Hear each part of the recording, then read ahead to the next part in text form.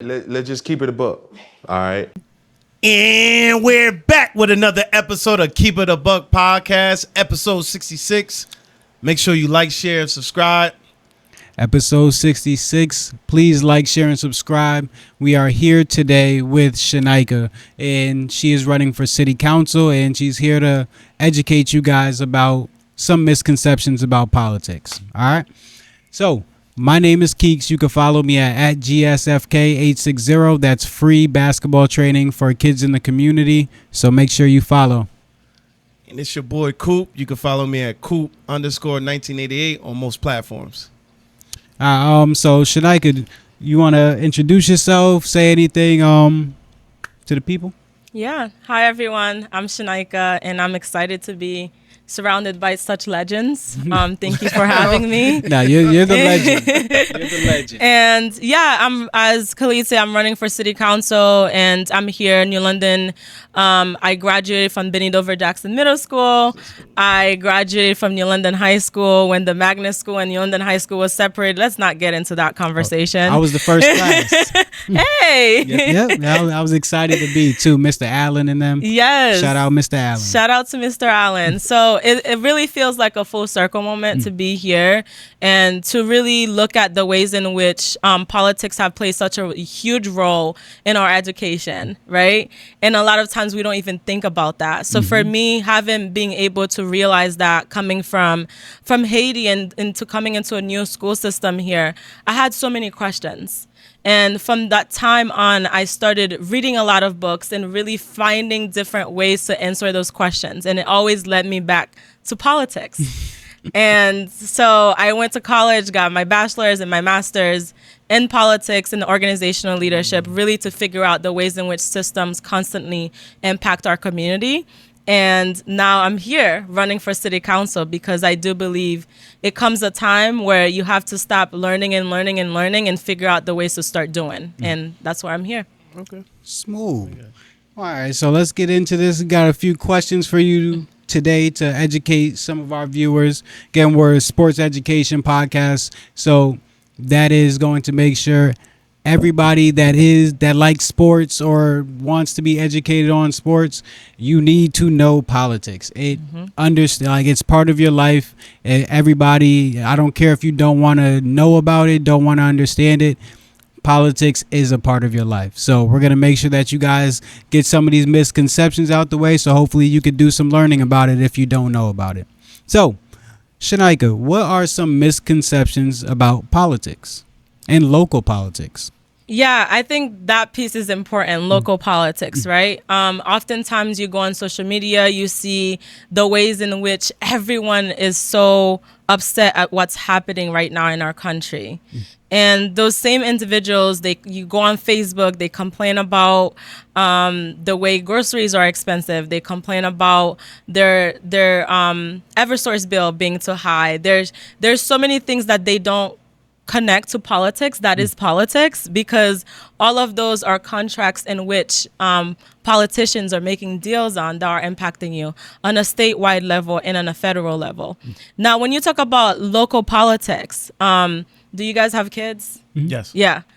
So if you have kids and if you care about young people, you know that our schools are funded, and the way our schools are funded is based on property taxes. And all of that is in connection with the city and how the budget is managed and really allocated for our schools. And so it's like, even if you're saying you don't do politics really do you. The water you drink is political.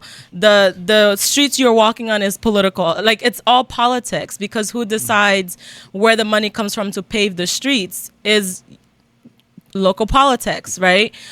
So local politics is different in the ways that right now a lot of us feels like we've given up on what's happening in our country, right? Because it's like, the Republicans are controlling everything, and they're making so many decisions and executive orders into what's happening and how things are controlled. But we do have power on a municipal level. We have power in the sense that we get to decide who we put on our city council. We get to decide who our mayors are. We get to decide who our state representatives are. So when you're going out and only voting in the presidential election and you're not voting on a local level, the everyday things that really impact you and your family and your kids really are coming from our local politics. Our municipal elections, and that's coming up, and oftentimes you go door to door and people do not know who their city councilors are. They don't know who their board of ed members are, and those are people that are making decisions about how much money is allocated for every line item you could think about in our city, where the money goes. That is a huge responsibility. It is. No, definitely. I completely agree, because the city's budgets and everything, everybody always talks about their kids and how they care about their kids and what they want to do for their kids. But it is important to be able to talk about the budgets and be able to go into those meetings. And yeah, honestly, somebody said this to me the other day, and I think the same thing pretty much. City council meetings, board of ed meetings should look like football games. They should. Yeah. They should, because they impact our community, and that's what our kids are for. We're going to show up for our kids. We should show up for our kids fully. So I agree. And honestly, my mom is telling me already, like, yo, you need to come, make sure that you come to the board of ed meetings, come and do this. And I'm like, yo, I've gotten a bad taste in my mouth from politics from when I was a campaign manager for a state rep, and it had nothing to do with the state rep, but it was just like a whole bunch of the smearing that was going on. But that just showed like the importance of politics and how far people will go to make sure they get elected and stuff sometimes, is just how important it is to make sure they get elected, because like it holds power. Yeah. It does. It holds power and knowledge, a lot of knowledge. So definitely. All right, cool. You have a question? I got another one if not. All right, go ahead. All right. Next question. What is the difference between local and national politics, and what powers do each hold? Yeah. So local politics, as I said earlier, I think I jumped into this a little bit. When you think of what's happening in our country right now, that's federal politics, right? Federally, there's executive orders happening every now and then. Before we could breathe, there's another one. And for example, right now, the big, beautiful bill that was passed, I call it something else, but we don't have to say that here. When that bill was passed, part of what is happening right now is the conversation of what does it look like to dismantle the Department of Education. And within that bill as well is also talking about outside of that bill is Project 25 that everyone's so occupied by, that took many years for them to formulate that. And also, if anyone is paying very close attention, there's parts of that bill that is cutting access to free and reduced lunch, which when you think about New London, right, a lot of our students, 100% of our students are impacted by that, because parents get to send their kids to school and know that they're being fed and that they're being taken care of in that way. So that is federal politics, right? That I'm trying to use example in a way that people are not going to like be confused, because I think a lot of times when we explain things, we use so many jargon that like we lose people in explaining that. So when you think of those things, how does that impact you and your family? It does, because even if you don't have kids in our school system, the Department of Education being dismantled is a huge thing for our country, right? When you think of why the Department of Education exists to begin with, and the historical aspect that comes with that, right? So there's that piece of it. And then when you think from a local standpoint, I agree with your point of like, yeah, go to your board of ed meetings, go to your city council meeting. Too often you go there, every meeting has to start with public comments.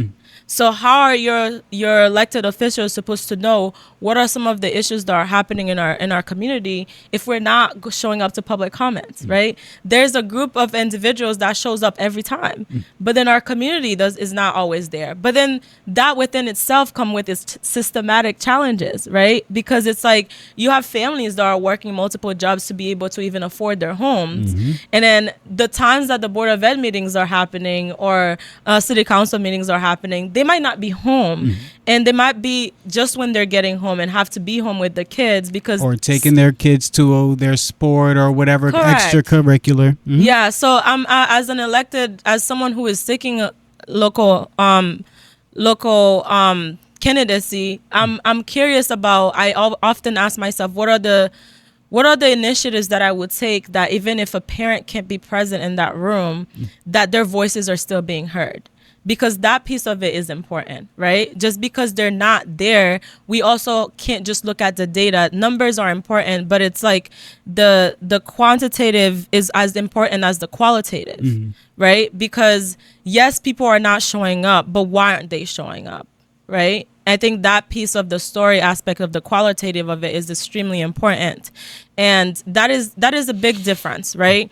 So our school budget, right? Our school budget, the way our streets are paved in terms of like public works, are our streets clean and beautiful?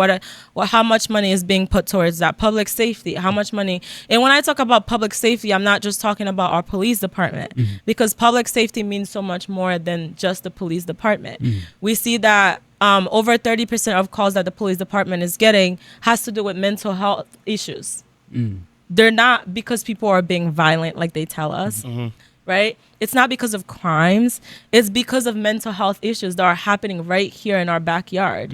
So what are we doing about that? All of that comes from municipal decisions that are being made on how we target some of those issues. And that's important. I do have like a question. I'm very novice when it comes to politics. And you just spoke about in regards to people making means. As we go further, because as we move further along, we moving more into the technology era. How is it? Is it possible? Because I don't really see it. Is it possible to hold like a live YouTube or a live thing where people can submit questions and able to? Because a lot of everybody got this. Everybody can access their YouTube or whatever social media platforms that they use to be able. Is there a platform to be able to access that? Which I know you can't derail hecklers, and you're going to get that and things of that. But is it some type of system to whereas that could be the outreach for people who can't make the means? So the meetings are usually, you could hop on Zoom or YouTube Live. There's a live for them that people can watch.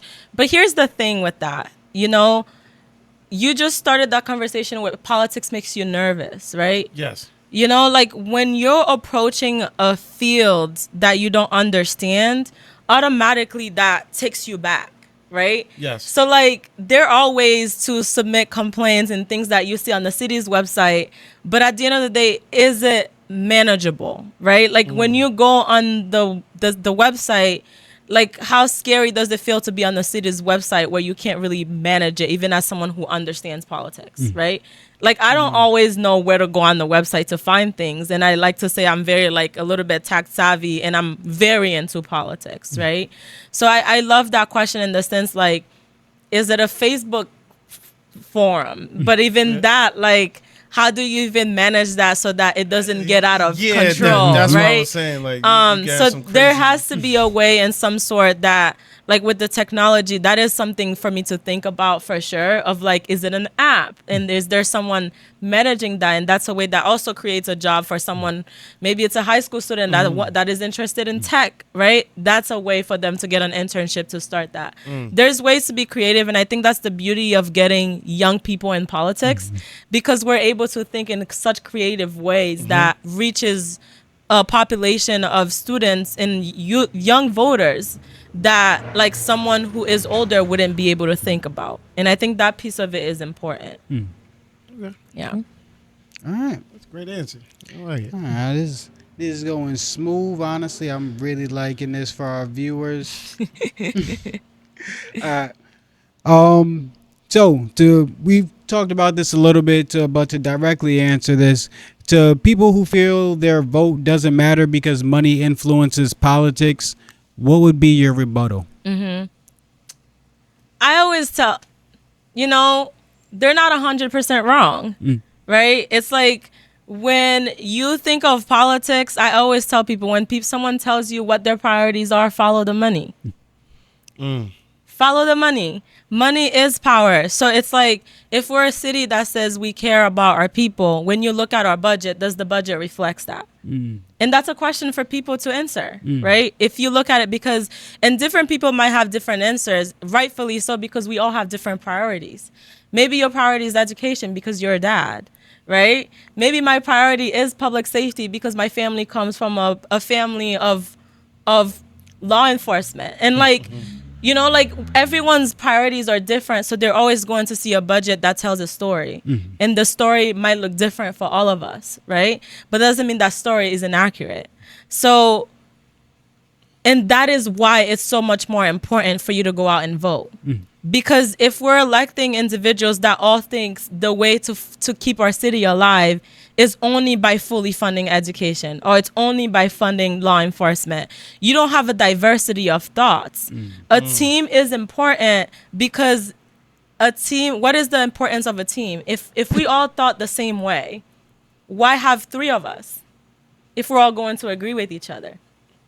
But if we all have a different perspective on how the money is spent and what's important, you will look at the budget and you will look at our city, you will see multiple stories being told, but everyone you meet, depending on their demographic, like they will tell a story that is relatable to them. And that is why the diversity of thoughts is important in politics. We shouldn't all agree with each other. And oftentimes what you see is because people disagree so loudly and so disrespectfully, that is why someone who wouldn't normally vote will say, at the end of the day, it's about the rich people. No, have you heard of people power?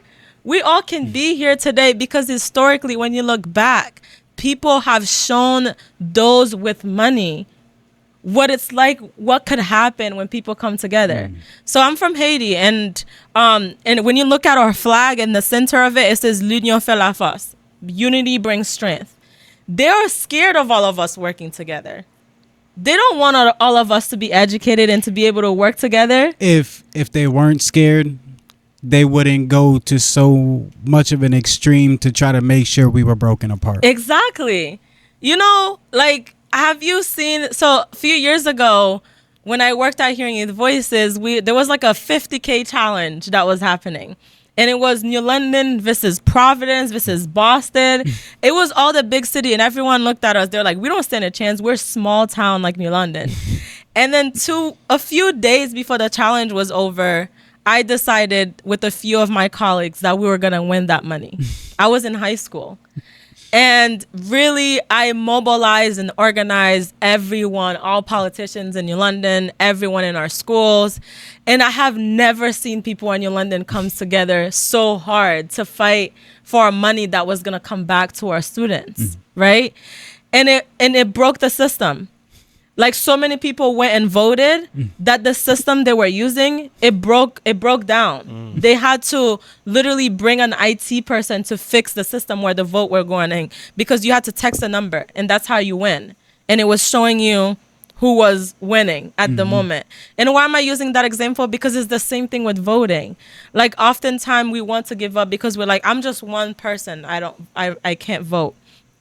The last election, I ran with someone else, and she didn't win by like 35 votes for city council. That's a very small number. That's a very small number. It's not like you London have like the electoral college system, right? Yeah. Like, it was by like, I don't know the exact number, but it was something in the 30s. So if you think about that, all of us, between the 3 of us, we know 30 people. We know 30 people that probably didn't show up and vote 2 years ago, right? What would the difference have been, right? If those 30 people actually, we were like each like, hey, come on, let's go out and vote because your vote does matter. The money is important. The people who are elected decides where the money go. So therefore, yes, politics is money.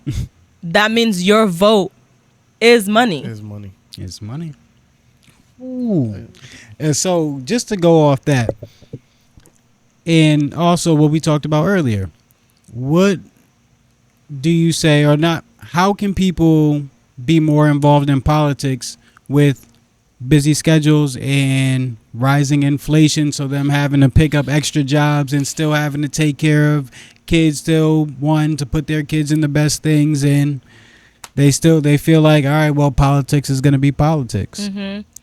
All of the minutes from city council and board of ed meetings are posted on the website, on the city's website, right? So even very quickly going over, what did they talk about this week?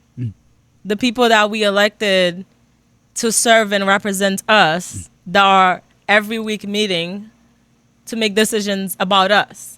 Like, what did they talk about this week?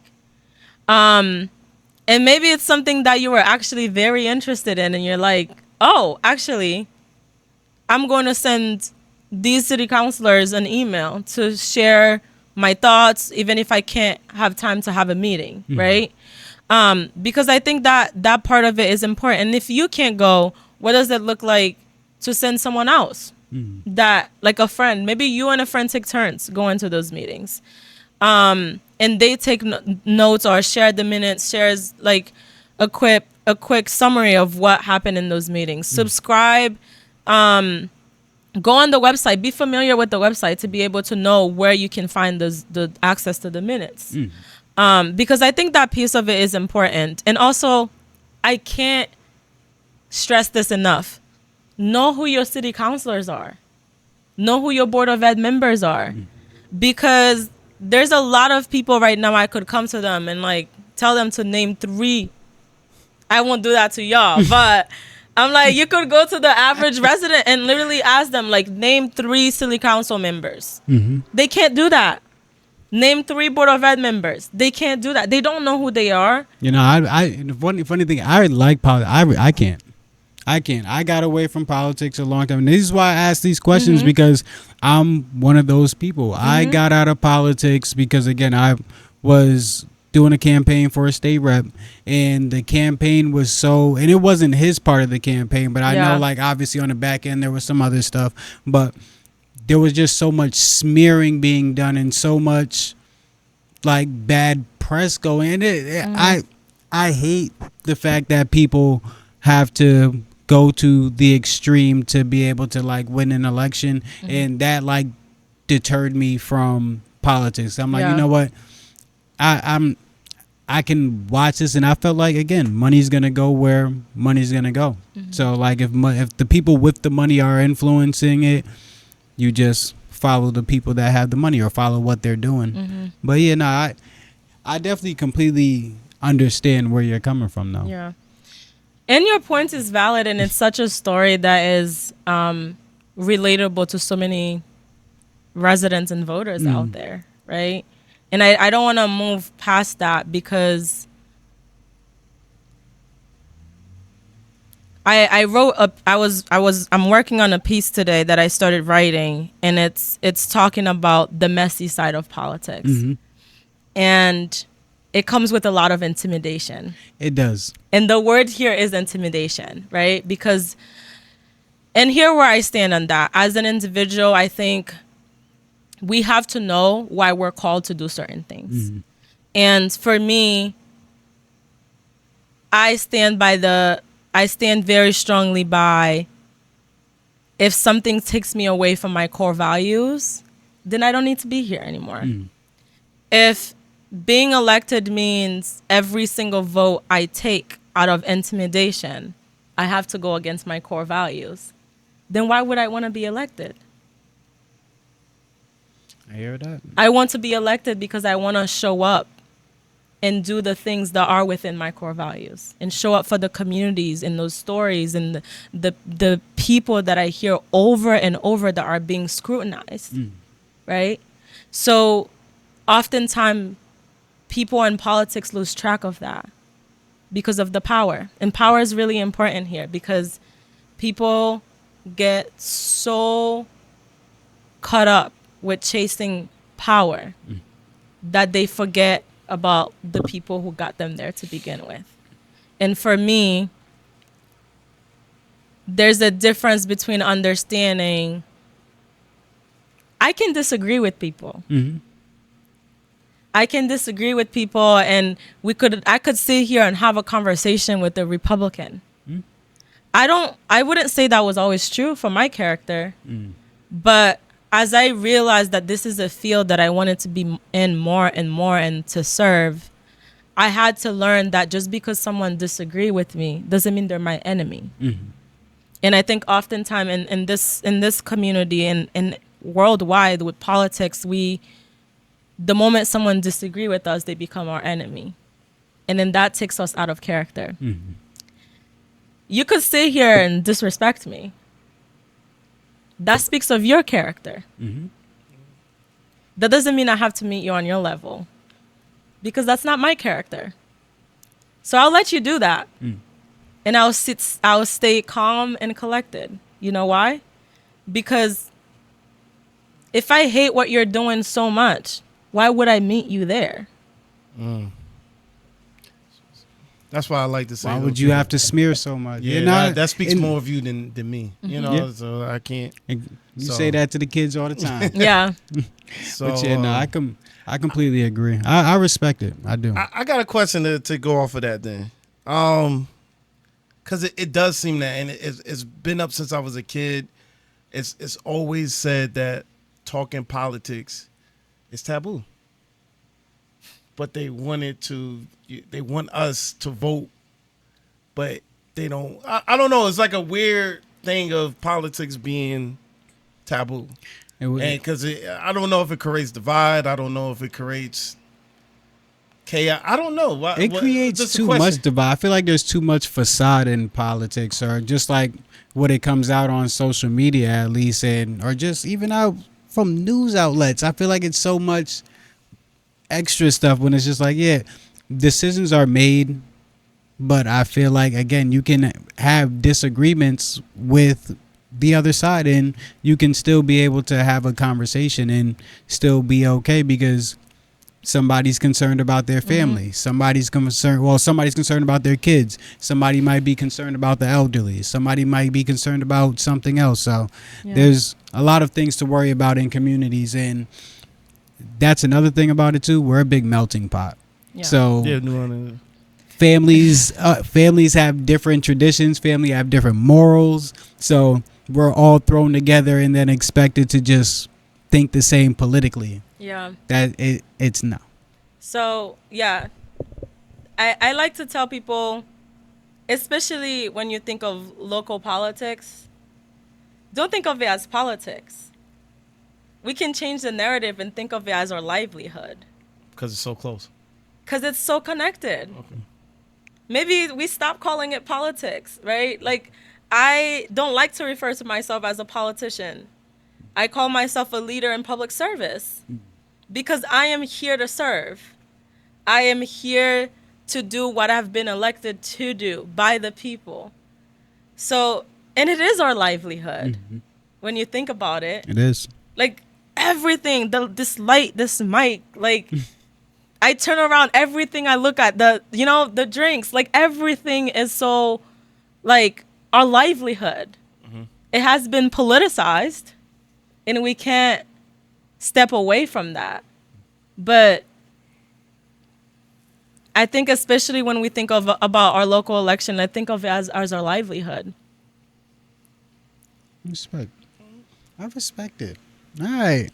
So, do you have any questions yourself for us? Like, we both work in the school system. We do want to give you a chance if you want.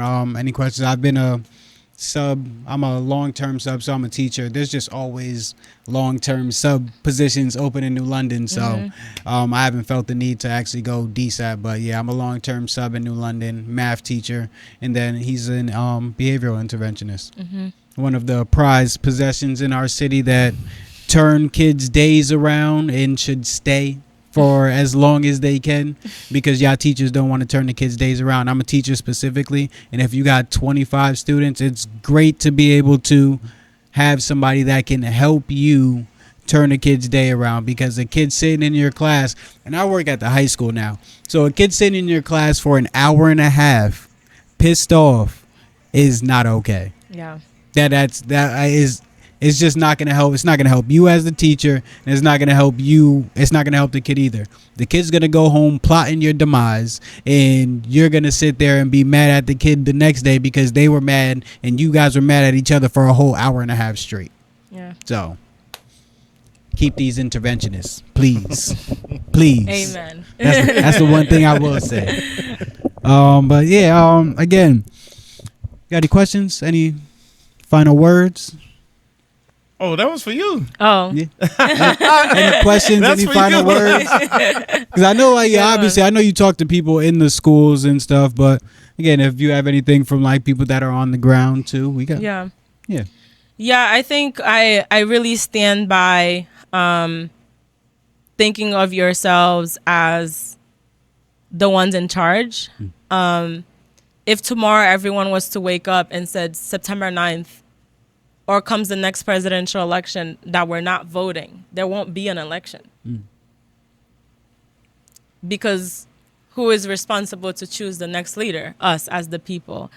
And if every person start thinking of themselves as not worthy to go vote, or that their votes don't matter, or that there's a concept of pride that is associated as why they do not vote. And that's not to diminish the historical background of what comes with voting for a lot of community, especially the Black community, right? I'm not, because a lot of people does experience very serious trauma when it comes to voting.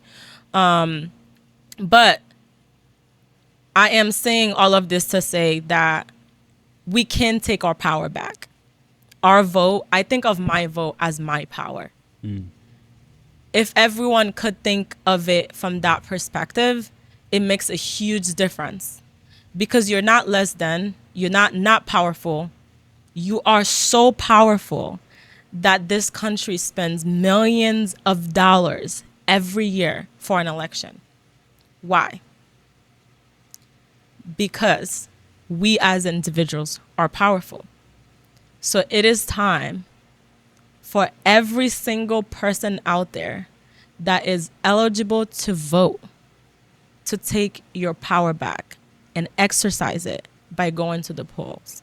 Because you get to organize your community, you get to organize your schools, you get to organize your staff, you get to organize your family. If there's 20 of you, that's 20 extra votes that gets to decide the direction of an election. So think about that. You don't do politics, but politics do you. Shoot. I like it. You heard it here. Shoot. But now, honestly, I really respect this because my mom, you know, hearing stuff from your parents is always different. So my mom's always, Khalid, you need to make sure you get to the meetings. You need to make sure you get. And see, he's cracking up because he knows too. She there. It's time, she be y'all. making sure too. It's So time. nah, and definitely. if we start making it cool, then think about the young people that are so influenced by you, right? I'm gonna tell you something. I got in trouble when I was in middle school. Oh man. Because I snuck out of my house to go to a Board of Education meeting. Oh, you were made for this. You were made for this. Isn't that crazy? You were ready, right? You were ready for the twist and turn. Yeah, my You were parents. made for this. Yeah, You was locked in early. I wasn't. You know, if anyone is Haitian out there listening, you know you have three purposes in life: l'église, l'école, la caille, right? Like school, church, home. That's your responsibility. So I wasn't allowed out of my house most of the time, but I was so curious about what was happening at the That's Board of dope, Ed though. and I like respect city it. council, mostly Board of Ed at the time. I wasn't really worried about what city councilors were doing, but yeah, I wasn't allowed to leave. Like, That So is- I yo. literally snuck out of my house and I went to a meeting. I came home so late. I got in so much trouble. And Yes. it's like, I try to explain to my parents, like, I promised I was at a school meeting. But And that sounds crazy. that sounds A parent hearing that, like, yo, you're lying. You're definitely lying. That's a hard one to say. right. Like, You're looking at us our age. You're like, no, that's not real, right? Like that sounds that like the is craziest super lie. dope. That is But it's the dope, truth. I though. really snuck out of my house to go to those meetings. meetings, man. I was out there, like, during public comments, like, talking to the chair of the board, like, you need to change this policy now. So you was in the trenches at a young age. Yeah. So, Respect. what did you learn? Because I know, I'm sorry, we gonna keep going this a little bit. I got one more question. That was really a funny story though. But what did you learn in college from Black history that you didn't learn in grade school? Because I know going to UConn. Also, what college did you go to? But I went to UConn, and I had some great Africana Studies professors, and they taught me so much that you do not learn in grade school. And I don't know, it exposed me a lot to the society we live in and the world we live in. Yeah. To be honestly, I went to Gordon College in Massachusetts. It's a predominantly white institution, and on top of that, it's a Christian school. So It's for big different me than a on public campus, college. like a lot of my education, if I'm being honest, is really from peer to peer, and really for organizations and nonprofit like Hearing Youth Voices that I got a lot of political education from when I lived here. And I went to college like the opposite way, where I was a part of this group called Afro Hamwe and a lot of other organizations on campus, where I really was participating and doing a lot of the teaching for my peers. So I had friends who are Black, who were adopted and grew up in white families, so didn't really understand a lot about like their Blackness as a Black woman or just as a Black individual. So for me, it was really taking a lot of what I've taught myself. I lived at the library when I first moved here, because reading was so important to me. It's still so important to me, because really even in school here, like there's a lot about, outside of Black History Month, there's a lot of what they don't teach you. So I didn't take a class like you did at UConn, but I was grateful because I was a sociology major as well. And I have this professor named Ivy George. She was phenomenal. And really we got to learn a lot about not just, when you think of oppression and when you think of people being at a disadvantage, you automatically always think race. But Martin Luther King done got shot and killed when he started talking about Unity. With Malcolm X? No.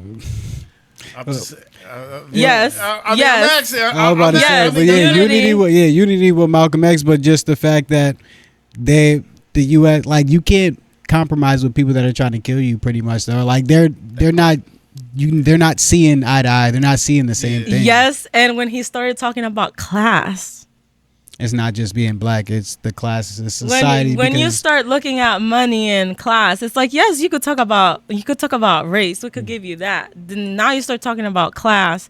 So really, I spent a lot of time in college wrestling with the concepts of class, right? You see a lot of people who's like the working class, or the middle class is so confusing. The dying middle class, they say. Exactly. So I think for me in college was really eye-opening in those classes, in those sociology classes. Like one of the classes I took was literally called Power, Prestige, and Poverty. Right? So looking at the intersectionality between all of those topics and the ways in which it impacts our everyday life. And that's why I did political science and sociology. People looked at me funny, but here's why. I think you have a lot of politicians who understands politics, but doesn't understand the people they serve. And you have a lot of organizers who understand the concepts of sociology, but doesn't understand politics. They go hand in hand.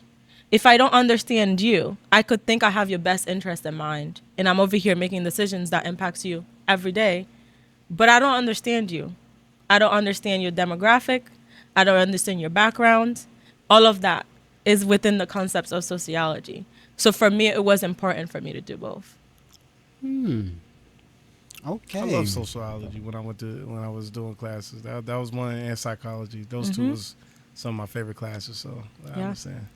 It's interesting. It's And I've been a person who just like observing people, but once you take that class, it takes it to a whole new extreme to to observing people. You say you're looking at everybody. You're like, You start using definitions that you find. Everything everybody does is an ism. yeah, After that, that's true. So I understand. Classism, But no. sexism. I'm just kidding. but again, thank you for coming.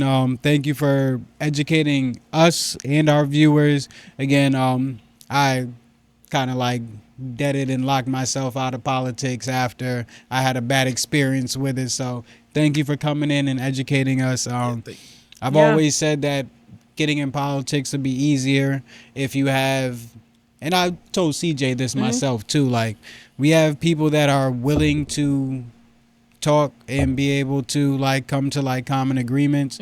Cool.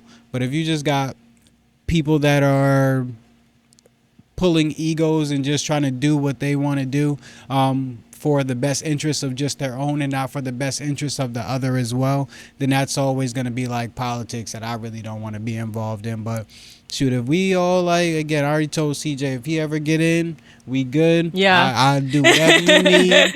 Whatever you need. Same thing with like Clay and Potter and stuff. But like we've all had like political discussions and stuff.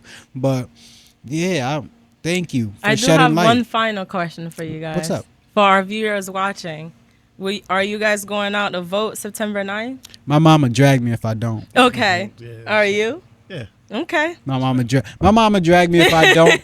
But also, I'm going to go vote regardless because I know I need to. I got kids growing up in the school system. My daughter is in the New London public school system. So, yeah, no, I definitely need to make sure that I'm seeing what's going on with the budgets and stuff. You might see me at the meetings acting like my mom. You never know. You never know. Stay tuned. Stay tuned. Stay tuned. You might see the pod at a city council meeting. Oh, God. You never know. We are asking for you to come, so Shoot, you never know. no problem there. No, we try to stay away from politics. That's always been my thing. Now, me and him were talking about this prior to. He's like, yo, you sure? You sure? I'm like, yo, this is just an educational piece. Yes. This is just an educational piece. We're not coming here looking for smoke for anybody. This is just an educational piece. So if anybody else wants to come on and give education too, we're not saying that this is, again, we stay out of politics. Unless it's off camera. Then we actually get in for our families for what we want to decide. But on camera, we stay out of politics. This But wasn't politics at all. This was just a conversation Just a about our conversation? livelihood. I like it. I like the way you That's exactly what it was. It was a conversation about our livelihood and our families and the decisions that we need to make inside Exactly. our local communities. Exactly. But again, thank you, Shineika, for Definitely, coming. Thank you. We definitely appreciate it. We know our viewers are gonna appreciate it, and yeah, we're just happy to be able to get you out in front of people and educating people because that's what our viewers need, and that's what the people in our communities need. They need to see people that are helping and that want to help in all aspects. Yeah. So you're there in person, you're online. I've seen your door My door door thing. hangers. Yep. So like that's good. You're everywhere. So I feel like you're doing the right things. Thank you. So I respect it. Thank you for having me. No problem. Thank Yeah. you for coming. Definitely. Thank you for coming. Thank you. Appreciate it. Coming in. Definitely. Oh man. All right, y'all. We're back. Again, thank you, Shineika, for coming. Thank you. We are Maybe going to that's get on different. to our sports section for the day. I know y'all see the accent lights. We got some new lighting for the day, so we're going to try to keep figuring stuff out, try to make this a little bit more aesthetically pleasing for Yeah. y'all. So let us know if it's okay, all right? Let us know if it's a little bit too much, too. All right? Shout out to everybody who give us input on the podcast. Yo, Definitely shout out to everybody. We really take y'all input. We really be 1000%. finding out ways to implement y'all input. Just everything comes with a price tag, so we got to Yeah, that's 1,000% sure on that one. we always got to make sure that we make it financially feasible for the podcast. We were always willing to make sure we put money into the podcast to make sure it grows, but we always make sure we do our research to make sure shoot, we getting the best price for the best stuff. Yeah. All the information's on YouTube. They'll tell you who it's a fake and what's not. But all right, we got sports for the day. We get into NFL. Terry McLaurin has gotten signed by the the Commanders finally. Finally. Cowboys are going to be ranked 4th in the division. No, we're not.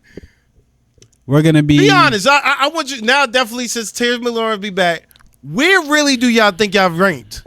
The Cowboys? Yes. The Cowboys are going to be the second best team in the NFC East this year. We're making our comeback. We're making our comeback. I cannot say it's going to be a sophomore slump for the Redskins for the Commanders. For yes, Daniels. Yes. Okay. I do not think they'll. Okay. I don't think they're going to come back and have the same year. But I do think he'll have a good career and like some good longevity. But I don't think they'll have that same run again. I was kind of thinking that, but there weren't enough additions to the Debo. Now, I mean, he's not a number one. So look at it like he's this. He's not a number one, but that's a great. They were not better than the Eagles, and the Eagles got better. That's my thing. So you came and got somebody to sit there and relieve Saquon. So you got Dylan, and you added more pieces. So it's you added some pieces. I don't know what. Here and there, like yeah. Yeah, I don't think that did. I don't think that the Commanders can keep up. Honestly. I mean, I know that's the pecking order. Like, yo, if you're not better than the Eagles, then, but I just don't. Okay, I'm gonna be honest with you. So I'm looking at some stuff. I wanted to ask you that too. Over under wins right now, and you know how. And I'm gonna tell you later what's the over under for y'all season. After, you know, FanDuel, and I'll tell you what their number is. What you think your wins loss gonna be? I know it's a lot that goes into it as far as like looking at each game, but as just off the rip, what you feel like you gonna do? Yeah, I think we'll do. I think we'll have 10 or 11 wins. I think we'll have 10 or 11 wins. We don't have a great D line. We have a great D lineman that is also an outside backer. So he's great, but we don't have like Parsons is great, but we don't have a full D line. So I don't see us having this great year. Like honestly, I really don't see us having this great year. Like let me be real on like the Cowboys analytics. I'm about to start getting ready to be doing analytics for the Cowboys all year. And again, don't say 11 games. It's not something to sneeze at. Saying it's not nothing to sneeze at, but that's one of those. That's a Cowboys year though. If you not like in the 2000s, that's a Cowboys year. 1000%. 11 wins, 10, 11 wins. Yeah, make the playoffs every other year and then not win. Like that's a Cowboys thing. So like that's why I'm saying like 10, 11 wins probably, but I don't see us like getting over any humps. I don't see that because we don't have. One, you need a D-line, and especially you need a D-line for Diggs. You need to have a D-line for Diggs because Diggs is not a cover corner. He's a corner that plays into space and plays the ball. Mm-hmm. So if you're sitting here making quick time routes, and also he's a corner that plays off. So if you're making quick time routes and stuff and everything's on time and your defensive line is not getting to the quarterback, Trayvon Diggs is not going to thrive. You want to know or he's not set up to thrive. You know what the over-under for y'all? What, 9 or 8? -7.5. Shit. The over-under is 7.5, good brother. I'm like, yo, when I seen that, I was like, that's I ain't even ugly. going to tell Khalil. I said, I'm going to break it up on the That's pod. ugly. I was like, yo. That's ugly. But honestly, I can see it because we really don't. We don't have a good roster this year. We have a good. My fault. We have a good roster this year. We don't have a great roster, bro. We've had great rosters and had good seasons. But that's great rosters with a bunch of good seasons. That's what so well, y'all got Pickens. But like, does that make it a great roster? Because again, when we had those great rosters. So rosters before, thank you. I'm just saying, y'all did. And when the Cowboys have had better rosters, we've had what? A great line.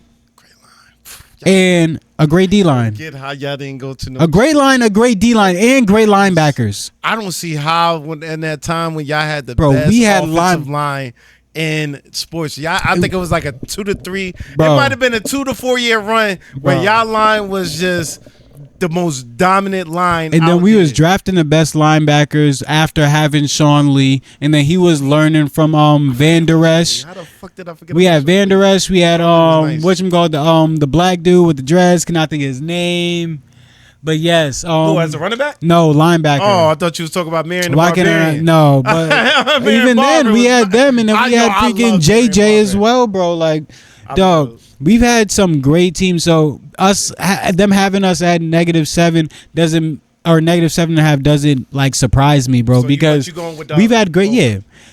I'm going with the over. I'm going with the over. Here first, man. Yes. Cowboys under. Whenever you hear, whenever the Cowboys are supposed to have a bum ass season, that's when we go out and surprise that's what I'm people. trying to be- And whenever we're supposed to have a great season, we go out and be straight mid. So, yep, this might We be a were year. supposed to be talking about Terry. See, and this is what I hate about the Cowboys, because the Cowboys can get you to talk about Cowboys. First of all, shit. you the one who brought it I know, up. that's what I'm saying.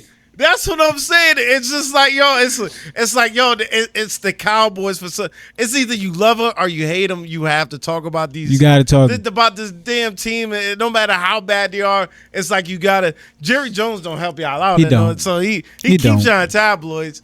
But Yeah. Terry McLaurin, I'm glad he got it, because that's gonna help out Jaden Daniels. I didn't get to see what the extension is. I think it's dope.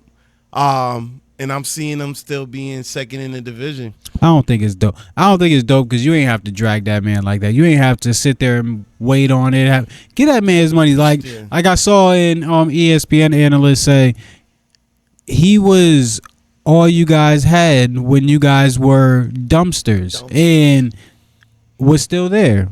Wasn't sitting there complaining to the media, trying to request a trade. I need a better quarterback. I need a better situation. But this is I've never heard that from him. This is the NFL, man. That's the corny part about the NFL. Business over everything. I mean, all these places is business over everything. Mm-hmm. But NFL is like a different. And they have. I don't want to go into the culture that they have. What type of culture they have? Yeah, no. But they have a culture. They have a culture. They have a certain culture to whereas you're not bigger than the brand. Yes. Yes. They have a certain culture. Like, yo, come on, That's man. to put it nicely. And they don't care what you did for them. That's to put it nicely. You know what I'm saying? They don't. But when it's time for extensions and when could you do a pay cut? But they want you to do a deal with them. You know what I'm saying? But the other way around, they ain't trying to hear it. Mm-hmm. But yeah. All right. Travis Kelce and Taylor Swift are getting married. Does this mean another Super Bowl for the Kansas City Chiefs? Call me Keeks today, man. Mr. Taboo. Mr. Conspiracy Theorist. Yo, if they win the Super Bowl, You done?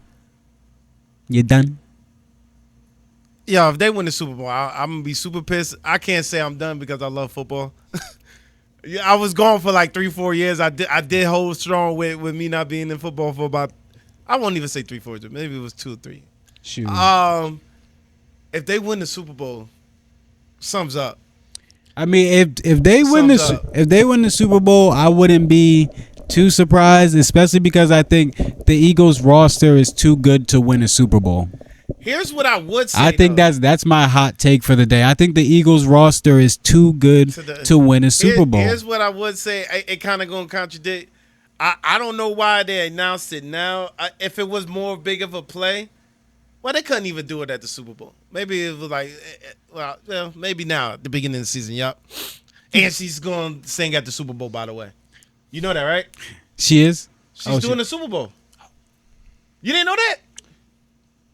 GG's. She got an album. She got an album in October. GG's. Shout out to Drake, because Oh God. what Drake said. That's the only person he'll postpone his album for. Yeah, you heard it, Josh Flea. You know what I'm saying? Drake about to postpone whatever that Iceman, whatever. Big Dog coming in the building. Yo. Big Dog. But yeah, if they win Miss the Super Big Bowl, we Dog. know what it is, man. Yeah, It'd no. be corny if they do. I don't see them going to the Super Bowl anyway though. Who the Kansas Kansas City. City? I mean, they've won 3 Super Bowls in a row at one point. So I kind of hard to say that they're not biased, going to go man. to the Super I want Bowl. my man Lamar Jackson to get there. Me too. I do want Lamar to get there Lamar too. Jackson to get I want there. Lamar to get there too. But Lamar out there. again, I think this really might be one of those years to where the Eagles have that roster that's like Brady in them. They got that Brady Patriots roster when they had Randy Moss. It's just I feel like it might be too good to be true. The Eagles should definitely win the championship because they have the best roster in the NFL. But I really feel like this is going to be a New England year. I feel like their roster is too good to win a championship. I hate to say it, they roster is just, it's like, how do you stop it? It's like exactly, It's and that's like, the thing. it's like- So I feel like all the bets are gonna go like, yo, how are you supposed to stop this? We gotta if you are betting, you gotta bet on the Eagles. So it's just like, yo, how can you like logically bet against the Eagles? So I feel like it's gonna go NFC right now, it's gonna flip be the between- tide on them. If we go on 2 top teams, I think Lions have still got it in Eagles, and I think the Achilles heel for the Lions is their coach. It's not even so much the players, because I think they got great players to line up. It's the coach, because he be doing some crazy calls sometimes. You know, go forward on 4th down and shit like that. But So question, man. you think the Lions make it out the first round this year? Yeah. Or they made Because out I the think first round. They made I it think it's gonna be to 1 and 2. they lost to the Redskins. Do you think they make it further in the playoffs this year? Do you I think the think- Lions get better this year? I think it's going to be a 1 and 2. I don't even want to say that because I think it might be a 1 and 2 year between the 1 seed versus 2 seed. I think Lions and I think Lions and Eagles is gonna. So no drop off from Lions this year. They're gonna be consistent, same team. Oh nah, I don't think there's no. I think that culture. That's the good thing about that coach. That he created a culture. Lions always had.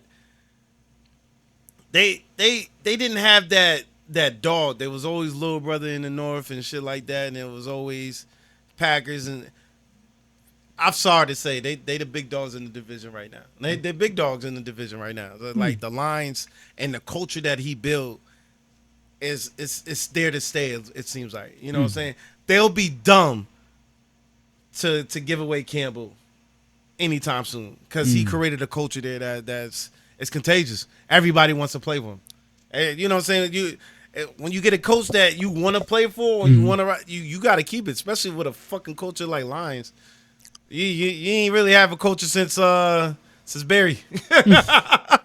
Since Barry Sanders, so you better keep that boy alive. You better keep that.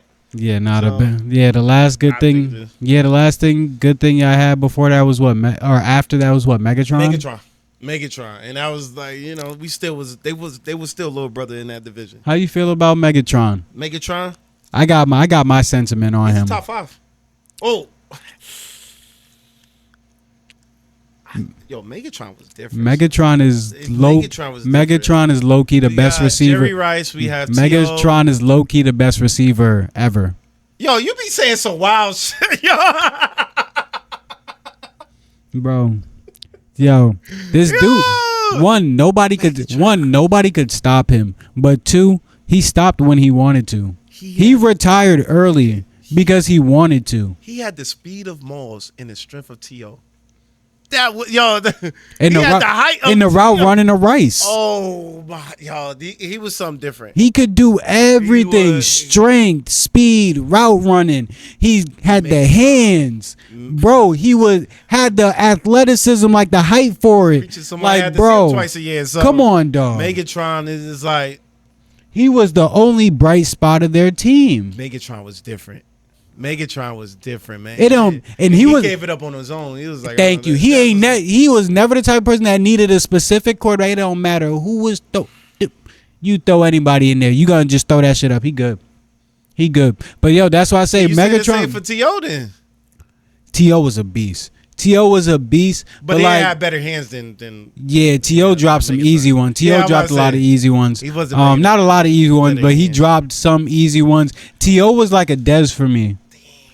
T.O. was like a Dez for me, but I would take T.O. But I would take T.O. over Dez. And Wait. Yo, don't mention Dez in these top receivers, man. First of all, stop it. Don't. I said I would take T.O. over Dez. I know you saying that, but you shouldn't even speak it. I said first of all, have some respect. This dude, Dez was nice, bro. Don't do that. Dez was Don't do that. But he wasn't even. Dez was He wasn't even top in Cowboys history. Dez was He's not even top in. He's not even top. First of all, Cowboys got some receivers though. Yes. Cowboys don't got like a slouch of receivers. But you wouldn't even put Michael Irvin in top 5 wide receiver. But again, I never said he was top 5. I'm you saying that. I know you're not saying that. I was just saying that. I was drawing the comparison. Yeah. The comparison because they dropped some easy ones that they could have because they're looking for more yards. Don't start. Leave me alone, Coop. I'm just starting shit. Leave me the hell alone, Coop. I'm just saying. Don't mention no Dez. It wasn't a catch either. Yo. 1-1. Yeah, it wasn't a catch either. We 1-1. That's all we know. In the 2000s, we 1-1 in the playoffs with the Packers. The ref called it right. Just know the Cowboys are 1-1 with the Packers in the playoffs in the 2000s because that Dez catch was a catch, and y'all know that. Man, the ref called it right. Coop, you know it. You know it. Yeah, you would say I'm gonna tell. This is exactly what Coop looked like when Dez caught that ball and the refs turned it over. What, yo, man, that was. You don't know how happy I was that I was like, yo, I know they have to be heated right now. At the very least, bro. Nah, it should have been a catch though. At the very least, I couldn't even call it a fumble. Then they talking about like, yo, you got to. I'm like, he caught it, made a move. Turned and made a move, but because because his hands are so good that he can just sit there and hold it in one hand and have it secure, it's a problem. Nah, I was like, yo, I was happy. I know every Packers fan was sitting there like, it was a catch. I mean, but I'm happy. It was a pivotal time. It was definitely pivotal. It was definitely crunch time. But I feel like Aaron Rodgers had time on the clock. Anything can happen with Aaron Rodgers, but if it would have made it hard if that was because you was right there at the goal line. Mm-hmm. It was right there at the goal line, so it was just like I know that haunts Cowboy for this because y'all haven't won a playoff game in a long time. And that was literally the year everybody was talking about us winning a championship. I think we was really supposed to win it. Everybody was Vegas had us winning the championship that year. Second seed? I forgot what seed y'all was. They had us, oh my God. They had like you know how we was supposed to win the championship that year? They had conspiracy theorists talking about we was supposed not Vegas. They had conspiracy theorists talking about, they got it set up. Cowboys supposed to win it, blah blah blah. And then I think the script got out, and then they was like, nope. No. Psych. I'm like, I don't care what it is. I'm always scared to face the Cowboys, even though you said the 9-1 record. As a Green Bay Packer fan, even though the record is crazy, I've always been scared to play against. Hell yeah, because you know why? Because even the garbage can gets a steak. If it's 9-1, that's not we in lavish. But that's what I'm saying. On our side, even the garbage can gets a steak because you never know if y'all 9-1 on us. Y'all not gonna that win is coming eventually. Like the win in the regular season is coming. Cowboys always had a great roster. Annoyingly, always had a great roster. It's just the completion of it wasn't. I don't know. It's weird. Y'all always had a great roster, so I was always scared of the capabilities that y'all had. You know what I'm saying? I'm getting, honestly, being a Cowboys fan, you get tired of the capabilities we have. You get tired of it. Well, I be because it's tiring to be good and not win. Your pop seems so deflated every time we talk about. You don't even. My dad is a Cowboys fan that don't even talk about the Cowboys. I be like, Dad, how you think we gonna be this year, man? He just seems so deflated. Oh yeah, shouts out to Pop that just got off the phone, man.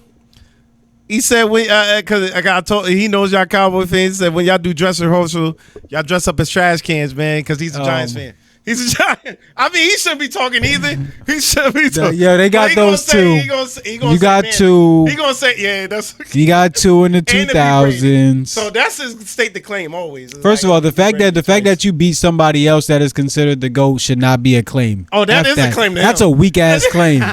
That's a weak ass claim. My pops hanging high You on beat that one. He somebody said, that's look, supposed to be the we GOAT. beat Brady That's a weak twice. claim. I mean, that's a strong claim, though. No, it's not. No, it's not. To beat us that 17-0 First of team all, that means you have to start your conversation by calling him him. You got to start your conversation with that. him. Get the F out of not here. even a fan. I'm not even I beat mentioning him. him because I won it. I beat him. No. And If he has to be part of your argument, Question. you're not when you mentioned him. Eli Manning with his legacy. That's what did you mention? That's what makes his legacy tough, because part of his legacy is the fact that he beat Brady. That's what makes your legacy That's a flex. That's a flex. You didn't see me. You are 0-2 against me in the Super Bowl. That is a flex. I mean, that's a flex. I mean, don't know. when you're talking to Brady, yes, having two Super Bowls is a flex. It's in itself, but having somebody else be the person, like, yo, like, I beat him, so this makes me great. I don't say it's to beat a 17-0 team, though. That season, that team, yes. To beat them is that team, yeah, no. all odds were stacked against them boys. Yes. So to beat them, it was just like, yes. That's a flex. But again, that's not a flex for somebody else to be the hero. Like, somebody else is the main character in your story. I get what you're saying. You feel me? But I don't know. How is that? I don't see that as a flex, because Tom Brady is the main character at the end of the day. Tom Brady been the main character for like. So exactly, how is that a flex? He's the main character. Tom Brady been the main character for years, man. So the fact that you can't come talk to me and say something to me is like Patrick Mahomes' claim to fame is not like having like more championships than Brady. Like, at that time, like at his age, he was more winningest than Brady. But that's not his claim to fame. What is it? Yeah, I get what you're saying. You feel me? Eli Manning's claim to fame is, I beat Brady twice. That's his claim to fame. And also, I think it's more important that he won 2 championships than the fact that he beat Brady twice. Like, again, but again, the fact that beating Brady twice is a bigger claim to fame for most people makes Brady the main character. Yeah, Brady is the main character in Eli's story. Yes, 1,000%. So 1,000%. I respect it, but 100%. I had to, yeah. That shit is funny though. Pops. I was talking to him yesterday. Shout out to Pops. You better leave us alone. You better leave us alone. Bringing up Eli. He says Danny DeVito should start over Russell Wilson. I said, you're out of your mind, but we'll see. Oh, he should be. Y'all got some quarterbacks over there. You already know who I'm voting for over there. Jameis Winston. I told you, that's a trap. You know what they said about Jameis? You know what they said about Jameis? And I love Jameis Winston, man. He got to be the greatest locker room guy in the world, bro. They say he should not be able to sign any team to any team. He should be able to just plug and play to anybody who gets injured. It's a national treasure. He should be signed. He gonna be on the float staff. He gonna be a float football player. Yo, he's one of the greatest locker room. What other? Okay, I know we're going off topic. In history of football, have we ever seen a second to third string quarterback be so praised and so comfortable being praised? Have we ever seen that by any quarterback? Probably Tim Tebow. Tim Tebow. Tim Tebow. I could get Vic for a couple years before McNabb. Oh yeah. Before he started for McNabb. I mean, he had both sides, like hating. But I don't know, man. But Jameis Winston been doing this for a longer period of time than Jameis, he's that guy, bro. Yeah, shouts out to Jameis. Jameis Winston, yo, bro. He's a natural treasure. He's a guy that might come on our pod, bro. He just feel like it look like a dude that's just like down to earth dude that's just like, well, hey, if y'all boys want me to, then like show Jameis Winston. If you see this, bro, and you're willing to come on the pod, please, we are a sports education podcast called Keep It a Buck Sports Academy. I like Jameis. Please, we are on the Syndicate Nation Network. We want to spread education for sports to everybody. You got a great story, man. Yo, you got a great story, bro. Story. And we love positivity, story. man. And we love the positivity that you bring. And again, you work a job, bro. You work a job. You work for the NFL, and that's the thing. You take your job and you take it with positivity, and you know that you are blessed to be in that position, to be able to make that type of money and be able to take care of your family. And everything's not about, oh, well, I want my playing time, I want this specific thing. You're still blessed, no matter. Are taking that with grace, bro. Like, again, if you ever want to come on our pod, bro, I respect anybody who's truly themselves and now need to fit in anywhere. Yo, one of the most I respect wholeheartedly him, because he's just himself. Dog. No matter what, his opening speeches to his team before. Dog, man. And honestly, I respect it. I got a couple professional athletes, and that's not to say that I don't have professional athlete people that I would love to be on this podcast. I do, but that's no disrespect to y'all. I want us to get bigger before I go ask y'all. So I'm not even saying that. I'm not naming no names, but y'all my people. Y'all know who y'all are. Again, y'all know who y'all are. If I'm gonna wait till I want to meet my people at the top, y'all. Yeah, so we gonna keep trying to get bigger and stuff, and then I respect that. If the things match up, that's how it's gonna be. Yeah. So we appreciate it, Doug, and we appreciate everybody that be watching too. But let's keep it going with these sports for the day. Next, we got an announcement. I'm gonna be doing. I will be doing Cowboys analysis weekly. So you'll be getting that from me, and then we'll be getting into Cowboys discussions, because Coop is always ready to talk about the Cowboys and hate on the Cowboys. So as soon as I have my analysis, he'll have a rebuttal or something to say, or just like telling me like, yeah, you're right, they're trash. So we'll be able to talk about that. But also, we're gonna have something called Dive In with Dylan. AJ Dillon is from New London, and I know his family very well, and we're gonna be taking time to keep up with him, so that the people in New London County can be able to see what he's doing on a constant basis. If we're not getting like marketed because of because the NFL and like other people are marketing other people, we should be able to market our own people and be able to put our own people out there. So we're gonna be doing keeping up. I almost revealed the next one to y'all for NBA season. Be easy on that one. But we're gonna be doing Diving with Dylan, and then I'm gonna be keeping up with the Cowboys for y'all. Yeah, once a Packer, always Packer. Go Pack, go. AJ Dillon. That's respect. And AJ does a lot of work for the community out in Green Bay still. Green Bay loved AJ Dillon. I'm gonna let y'all know that right now. Because I'm on the social media platform with Green Bay, and then every time AJ Dillon was you know what I'm saying? That's why what's dope about that's what's dope about Green Bay. That's why the community of what it is like. So that's why I love the Green Bay, because once they like you, there's nothing that you could do outside that they could not like you. So they still rep AJ Dillon, the real green and gold.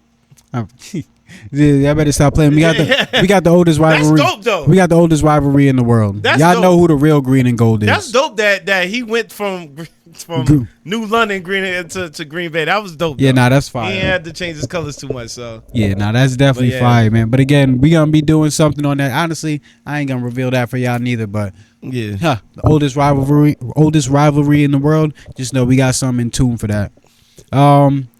Next, we're going to switch over to WNBA for the day. WNBA. We got WNBA Lockout and back-to-backs. Let's talk about it, Coop. What's your initial thoughts? Can you, because educate the viewers and educate me on what's going on with the WNBA in regards to this? The WNBA and the WNPA are going through negotiations on player contracts and minimums, and they're not seeing eye to eye. So the WNBA players are possibly going to go on a lockout, and one of the stipulations, or like one of the things like they have been getting upset about recently, which a lot of people have seen controversy in, if you want more money, is playing back-to-backs. And there was WNBA player that talked about back-to-backs and talked about not just like she understands like their money, like the money part of it. If you want more money, you gotta like do what the NBA players do. But there also is like a sports science side to it, to where these girls need to be healthy and stuff, and need to be able. If you want them to play at their full potential for the next game, you need to have a certain amount of rest. So that's their aim. So, what are your initial thoughts?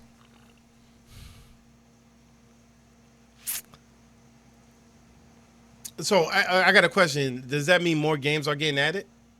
Yes, essentially more games were added this year. More games was added this year. Mm-hmm. So they eventually. How many games does WNBA? I need to. How much is it?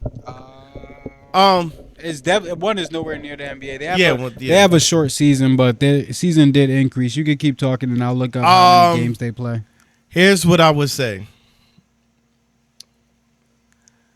I don't know how long that the extension is going to be. And I'm not saying just dive on anything with a bigger number just because. And yes, player safety is a huge thing. I don't think player safety is the issue right now. I think notoriety is the issue right now. And right now, if they feel like marketing wise, back to backs will help you out.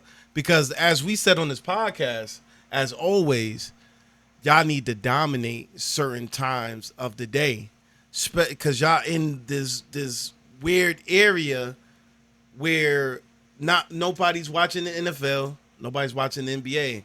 MLB is here and there, but y'all have a certain window to whereas y'all can capture folks. So if y'all start stacking up the games a little bit more, because sometimes I'll be looking for games because I try to pick up on Dallas Wings and things of that, and Chicago Sky. It's like 4 or 5 days in between.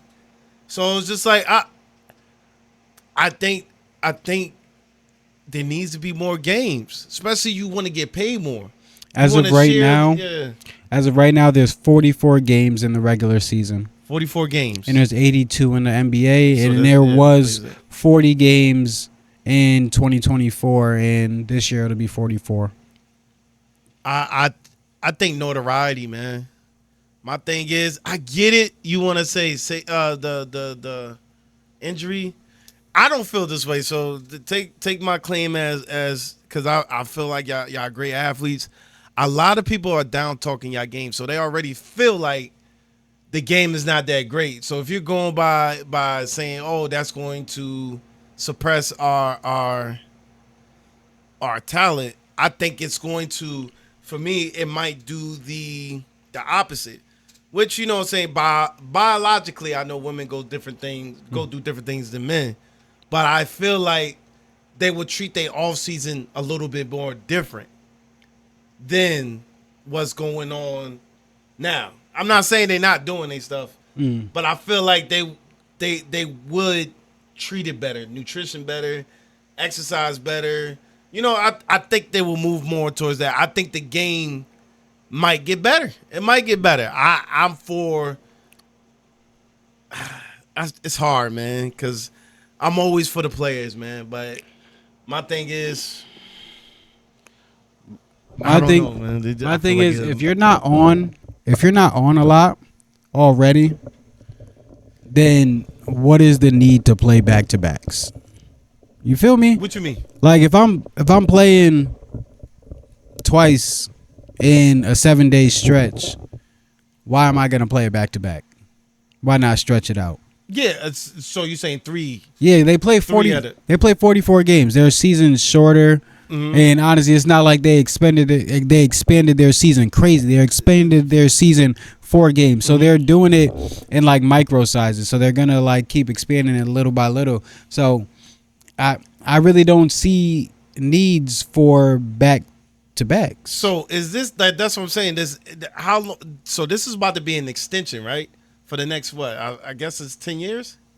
What's the extension going to be? I don't know. So what they saying is if they're increasing the games, every year, right? And we got expansion teams coming in, so that's even more games.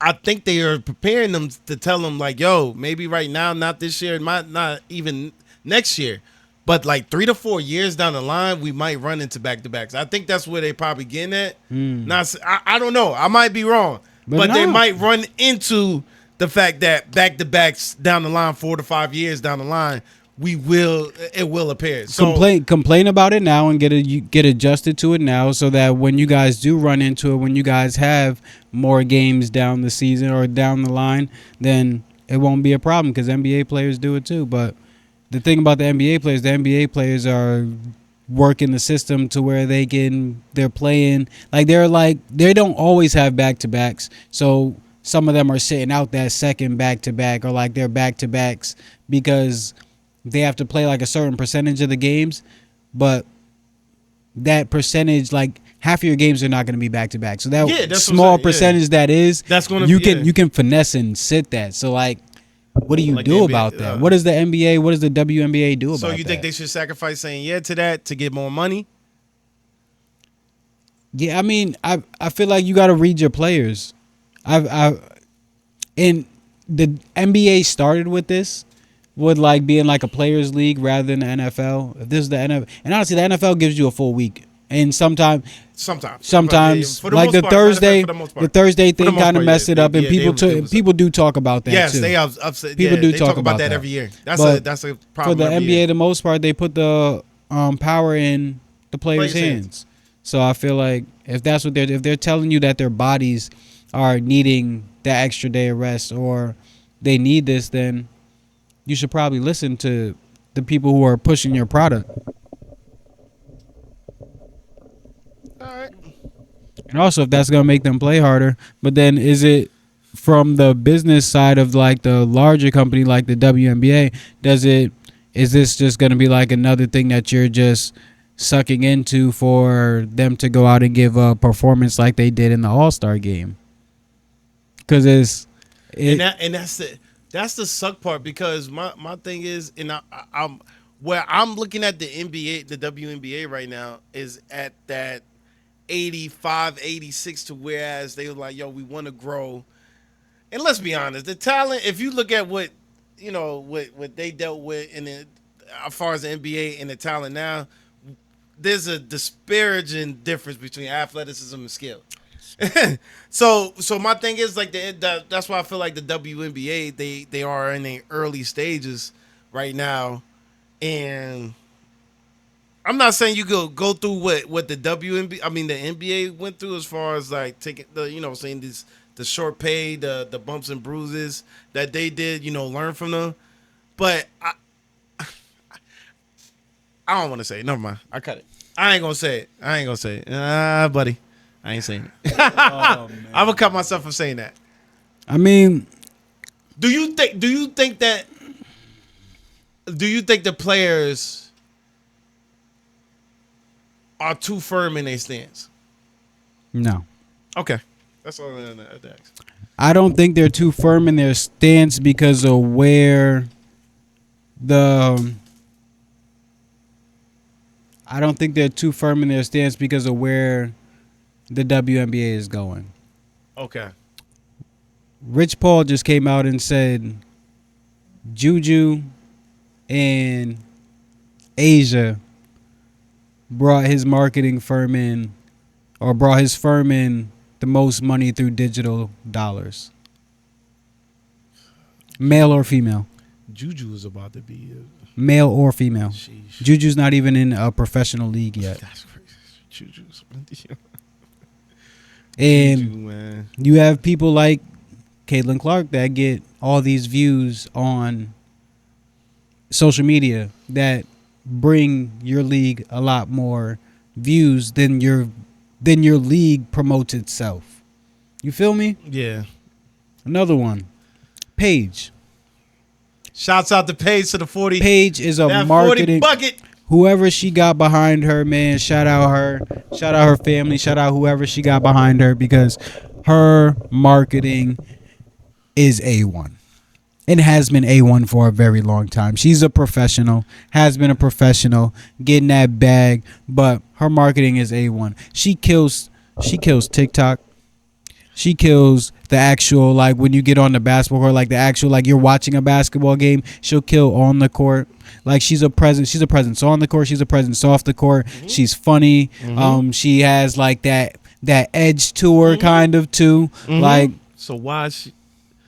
so why in the pecking order is it because I don't still see them plastering her like they was plastering Caitlin Clark when she was a rookie, because she's breaking every record that Caitlin, maybe the assist record not, but every other record she's killing. She just had a 44 ball. She did just have a 44 a few ball. Games ago.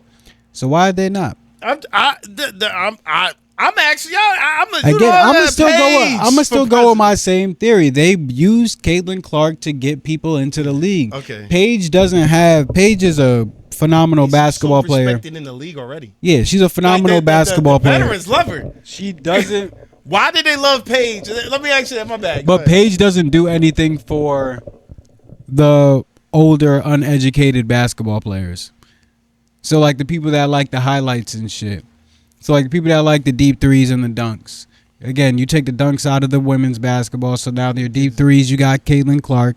But then, like, the best thing that's next to that women can do is the handle, try to be like handle like Kyrie and stuff. But, like, even then, that takes a certain amount of athleticism and agility that low key comes from being comes from being a man, though, bro. It's tough. Here's what I hate about that. No, I'm not, because I agree with you. That dunking shit and the shooting shit back in the day, motherfuckers was shooting threes because there was really no 3-point line. They was scared to shoot that shit, and motherfuckers wasn't banging. They wasn't doing that until Dominique Wilkins, and they was doing sky hooks. That was the famous. But that was before the league was marketable too, that's though. True. I mean, that's true too. Magic make that shit real marketable when he started, you know. Right? And Bird, he had that. Yeah. They had that good dynamic duo, but I don't know, man. I just feel like I feel like Paige is too respected, and why I say that is because it's just like we all know she's that. Mm-hmm. We all can be in agreement to that. People like division. I don't know. I feel like people like they do. Caitlin definitely supplies. But that's the division right now, though. They're putting her up. Like that's the thing. They're like leaving like Caitlin Clark's like name alone right now, but they're using Paige right now to be able to put somebody up. Again, like I said before, they use Caitlin Clark and her threes to be able to get people into the league and to be able to people watch.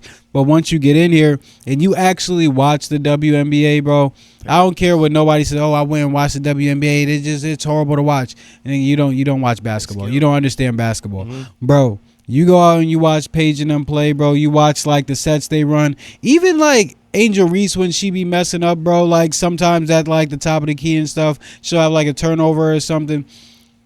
These plays are not like slow plays. They aren't just getting the ball and just like sitting here and reading and stuff. Like they're reads every second. So like as soon as they catch the ball, somebody's cutting. They got to make sure they don't miss that read, and then somebody else is cutting. Somebody might be coming to set a screen after. You have to make sure you hit every single action that's going during that. And women's basketball, it's even more tighter because you don't have the athleticism to bail you out. So I don't know, man. I don't know. I don't know. I feel like I get the marketability, but I don't like it. I just don't like it. I'd rather skill in bringing I won't even say winning, because that's the crazy part. They winning without her. Mm-hmm. It's without her. So it's like, how much of an effect is she? You take LeBron out of a team, you seen the effect of what happened. They're not winning. You know what I'm saying? You seen certain players. You bring a Kobe out of the team, they're not winning. You bring, well, you seen what Jordan did. You know, Pippen still did his thing, baby. Pippen. But you know what I'm saying? Like certain players, like you take them out of the squad, and she's supposed to be this pivotal player. It's just like, why is she such on the platform and then things like that? You know what I'm saying? So yeah, you gotta do what you gotta do for your money. Yeah, I guess. I mean, yeah, and I just feel like they market trash a little bit sometimes. Like, I don't know. No, the WNBA marketing is trash because they let the players market themselves. Oh man, you got some. The players market themselves, but that's also why the shit be in the players' hands though. That's why the WNBA players can go and make their own fucking league. And you don't see that NBA players ain't going to make their own damn league. They the one that's creating the narrative. Another one. They're going out and creating their own live streams and their own platforms so they can show you what their livelihoods and stuff is like. They went behind the scenes on All-Star Weekend. And they had the party lit. They said, okay, y'all won't do it. Okay, I'll do it. And without them, you would never seen Caitlin Clark in the view that she was. And you know what I'm saying? Like, things of that sort. They provided things like, I felt like, and I don't want to put that division, it made her get closer. I mean, seeing her in that light, that made a certain group like, oh, all right. All right. We see you, Caitlin. You know what I'm saying? That I think that lightened the blow for her. You know what I'm saying? Situations like that. Yes, but I feel like that was never her from the beginning. It wasn't. Somebody said that. I saw this from another analyst. Somebody said she's getting a lot of backlash and a lot of negativity and because of her fans and because of the way her fans see things, and she can have her hunger for the game and have her feel like she deserves certain calls and stuff and have her edginess and stuff, but the disgusting stuff that some of her fans say and all that, they're putting in that light. Stubbuds putting that light that that's not her. They let them see that side while the WNBA was letting it be a gray area. And that's the thing. And then also, I'm not putting blame on Caitlin Clark.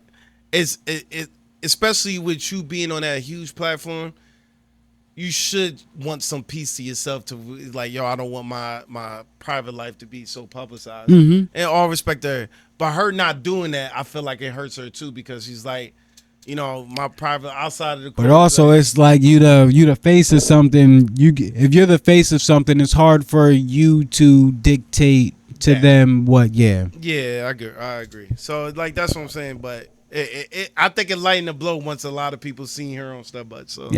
So yeah, I think that was a cool opportunity for her. Yeah. All right, quick debate before we leave. Who is the better? We're switching over to NBA real quick. Who is the better defender? Shaquille O'Neal or Ben Wallace? Defender, if we pound for pound. Fuck, I'm tired of people saying pound for pound. Because a lot of people say AI pound for pound is the best player. But what pound for pound means if AI was 6'4", 6'5", with the skills that he have, and you know what I'm saying, that's saying pound for pound, yo. I don't like that. I don't like comes with. I don't like pound for pound because and this is what comes with 2K. Part of your agility, and this is why 2K actually makes sense now. Part of your agility comes from you being smaller than those people. Yeah. Those people are not as quick as you. Not all the time. Don't mention 2K now because they making 7'4s with speed. 89 3-pointers, yo. But I know they can't. They can't be strong though. Son, I'm looking at this junk because you know me. I'm paying. This dude had a 7'4", 89 3-ball. 94 off defensive rebound, 85 offensive rebound, 90-something strength. Oh, GG's. I mean, he got short arms, but I'm looking at they say 7'4" is about to be a. I'm not getting 2K this year. What you talking about? I'm just saying, but back to y'all. I'm gonna go and play that. Yeah, you're right. I'm just saying. But yeah, it does attribute to you. I get what you're saying, the pound for pound. But what I'm trying to say is. What if you my man Ben Wallace was smaller. Yeah. But that boy But that's also that's what allowed him to be able to get to different areas though quicker, because your agility is going to be able to be quicker because you have a lower center of gravity. When y'all face them boys. That's another one. When Shaq matched up with him. I mean, I know we going to the ladder, and that's why it's hard because the ladder end of what? Of Shaq. How's that the latter end of Shaq? 06? He won a championship after that. Oh, no. Was it 04? Was it 04? Did we win the chip? I think it was 04. Yeah, and he won a championship the next year. You guys won a championship 04-05. He won a championship 05-06. I get you. And they said, y'all, there's a lot of excuses a lot of Lakers fans say reason why Pistons won. Boy left. I think Ben Wallace wasn't scared of the mystique of Shaq. He was like, you supposed to be the biggest. You supposed to be the baddest. You supposed to be dominant. Yeah. But here's the thing too. Who's the better defender? I'll say blow for blow. I'm gonna give it to Ben. I don't know if we talking career wise. That's what I'm saying. Nah, I would say career. I feel like career wise and even in that season, I'm gonna give the same sentiment. I'm gonna give the same sentiment so who regardless. You think is the best defender? I think Ben Wallace is a better defender. But Shaq got like, even in his young days, Shaq got like the chase down blocks. Shaq was a great like protector of the rim. But Ben Wallace, I got a stat for you. Here's what they would say though. They was like, cool. Shaq had to put up 20 buckets though. Ben didn't have to. So he could really focus on defense. So I think a lot of people going to look towards that part as like, yo, Shaq had to do stuff on the other end. So that means that you should have drop. I mean, I don't know. That is an argument. I think people going to say that. That is an argument. If we just going strictly the defense is just like, you got to go Ben. So Ben Wallace is the only player in history to have more blocks than they have fouls. That's nuts. The only player in NBA history to have more blocks than they have fouls. That's nice. And Ben was like one of the first undersized bigs. One of the first undersized. And he was like, yo, he looked like he could play football, man. Ben was that dude. That's what honestly got me starting to like Pistons when Rasheed. I started with Rasheed because I like his energy. But Ben was just like, yo, that dog just didn't care. He just was a dog, man. He was a dog. He was honestly. He was a dog. That was some bullshit. I was definitely upset that we lost that championship. I was just automatically thinking we was just gonna win another one. A lot of people just another one. Just another one. We were supposed to lose. A lot of people had us losing that one. That was a tough one, bro. That was tough. But you guys had a very solid team. You guys had a very solid five. Your whole five, I'm pretty sure, made the All-Star team that year. Did Rasheed Wallace make the All-Star team that year? He might have been the only one that didn't. Yeah, I have to check. He might have been the only one that didn't. But I'm pretty sure I thought your whole five made the All-Star team. If they didn't, they should have. Rasheed had a year that year, but he was just that dark horse. Everybody didn't like. You know what? Rasheed Wallace was like a DeMarcus Cousins. That's what I want to ask you. Why, when we mention fours, she never gets answered? I mean, nobody provides Rasheed. He can stretch the floor. Yes. Defensive. Like, why Rasheed Wallace doesn't get mentioned with the greats as far as we talking fours? Because he was in trouble all the time. I feel like it was the trouble he was in all the time. It's corny, but Rasheed was he was a buck. But like also he was a great four, but he was a bucket from multiple levels. Could shoot the three. Shouts out to Sheed, man, because he needs to be respected more as far as that pecking order when it comes to power forward. Because I didn't do my due diligence to go back to the old school cats and their positions. He's top 5 power forward in me. You know what I'm saying? You got your Pau Gasols, you have your Kevin Garnett's. Who else would you put power forward? I was like, that's a lot of the power forward position is tough because all those like in betweeners, like centers, power forwards. Yeah, centers, power forwards, and then small forwards, power forwards. Power forward, because KD's considered a power forward. LeBron, like all these people, like so. LeBron is a small forward, man. If LeBron is a small forward, so is KD, right? I would put KD as a small forward. So that's what I'm saying. Like, but a lot of people see him as you're right. So you got some great fours. Antoine Walker was a great four. Everybody on that. Chris, Sean Wilding with the top 5. I would have to look it up, but like that's like saying DeMarcus Cousins couldn't have been like I don't like doing like the whole like you gotta take out attitude thing because like Great is great. yeah, like Rasheed Wallace would have if he didn't like have like that attitude or like went like again or went with what the NBA wanted and stuff. It was just like the NBA's cup of tea. Yeah, he wasn't. At all. He would have had like an exceptional and more than phenomenal. Like he had an exceptional career, but he would have had a phenomenal He played with the career. Ejection King. Yeah, exactly. Like, bro, they He would looked at me. have gave him championships, bro. They would have gave him great teams, all that shit, bro. All that shit. He was that type of player. He was a but great he was player. like a DeMarcus Cousins to where he was like, all right, dog, like I don't want to go. I don't want to play the games. F the system. Yeah, I don't want to play the games with y'all. I want to Yeah. play basketball, and I want it to come down to me working hard. I don't want it to come down to the narrative. I just feel like she's not in a lot of conversations that I be hearing about in basketball. Yeah, nah, he's So, tough. yeah, he should be. Another one on Bosch. Oh, Bosh. I'll put Sheet over Bosh. I'm sorry. TD. Who? Duncan. Duncan? I thought I was going to name Duncan, but I thought he was a center. Wichita Robinson was his 5, especially when he first got into the You league. cannot fucking argue with Tim Duncan. So it's like, yo, Mr. Fundamental. It's like, Peja Stojakovic. all right, so that was a done. We So got that, We got some good- I'm just saying the power forward. The Yeah, power but- forward is it's a tough position too. that's a- It's a tough position that is because deep. it's tall people that really don't want. How's it going? How are you? You know me, I have to make sure my favorite bar good and whatnot. Oh no, we appreciate it, bro. But yeah,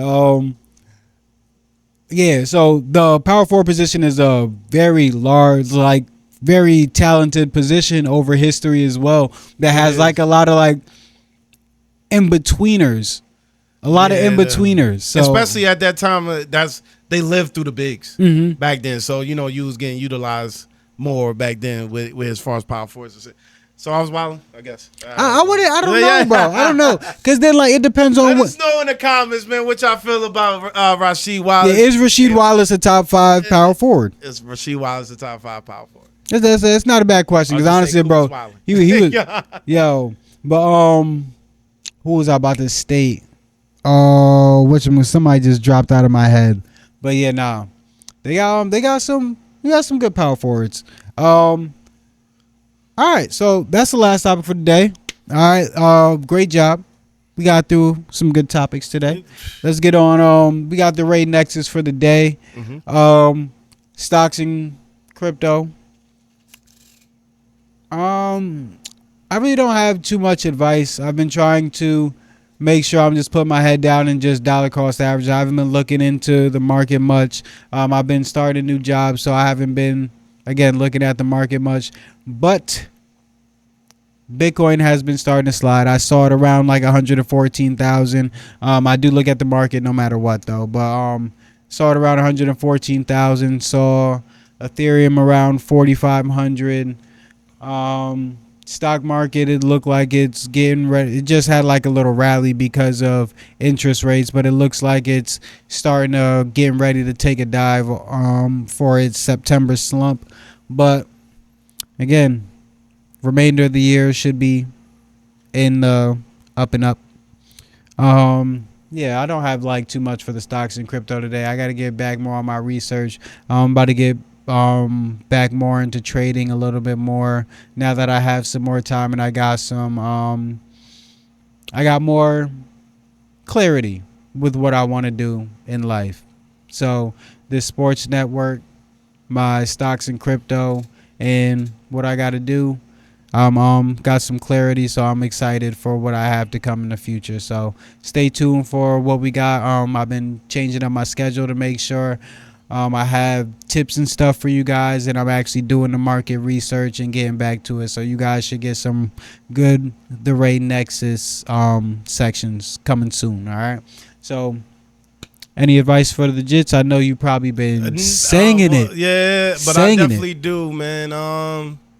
Especially working with sixth graders. Look to change. Look for change, man. Be comfortable with change. Good change. Good change. Good change. Yeah, like be yourself, but also look to better yourself. Seeing a lot of situations, saying the we ain't gonna talk about it. We'll talk about it after off. But just look to better yourself, man. You could become something new within the new school system that you have right now. That's what I'm gonna say. My advice is growth is uncomfortable. Growth is uncomfortable. If you want to start something new, please just go face forward and just start it. If you want to try something, or if you are like delaying yourself because you're scared of what something new might bring, or of letting go of the old, just do it. Just do it. You're going to sit there and you're going to waste your time trying to figure out any perfect way to transition yourself. Mm-hmm. There's no such thing as a perfect transition. Yeah. Hey, you can take this podcast, for example. Honestly. If you look at our first, and it's not on our podcast, it's not even on our actual page. Yo, but we had another page. Boy, I was looking. I was like, "Yo, we came it's growth," way. And that was only like a year and a half or 2 years, mm-hmm. but it was growth. Like you could see the difference. I'm like, "Yo, that's growth right there." Oh man. So yeah, definitely growth is uncomfortable, man. So definitely just start it. So again, never please, wait for the perfect moment. So honestly, never wait for the perfect moment. I always take that from MLK's Montgomery speech. Yeah, and it's always just to say there's no such thing as readiness. Pretty much, you just got to go in and start. There's always going to be drawbacks to everything you do. Starting, there's going to be something that's going to be left behind, something that you enjoyed that you're not going to be doing anymore. But you got to find new love in what you do. All right, that's part of the fun. Always might be stressful, but it's fun in the same thing. Yo, nah, honestly, when I tell you, nah, it really is. And I got a quick story before we leave, bro. When I say I was dancing around this place before like we started, because like we're figuring out like how to like give ourselves depth and stuff, and like trying out like new things. And I find it fun trying out and going through the bumps and then seeing what happens, and then, oh, this looks good, but this part doesn't look good, so we could probably switch this up a little bit. But finding out what does look good so that we can go back and replicate that. He might like that shit. I don't like it. I love it. I love it. Yo, I'll be hitting up the chat. Yo, my bad, fellas. I love this it. is messed up. That's messed up. I get it, but it's frustrating because you look for perfection. Because you see, like it's growth, but you know what I'm saying. It's just you see the growth though, bro. We really started out. And people say this, bro. And my favorite, most famous podcast is Earn Your Leisure. They say this all the time. We started out with an iPhone. Cool. What we start out with? We started with my Samsung. Because we started out with a phone. Oh yeah, and both our phone. Yeah, both our phones. Yeah, bro. So that's what we started out with, and then now we got the camera, we got the lights, we got the mics. Like it is. Yeah, man. It takes time. It takes time. It's exciting. It takes time. It's exciting. It's fun. It's fun. And to let y'all know, we got some stuff on the way too, man. We got a book that we're writing, so stay tuned for that. Yep. And we got some new production on the way too. Look for us to be at some football games loading this year too. Yes. And when in doubt, good brother, keep it a buck, baby. Keep it a buck, y'all. Keep it a buck.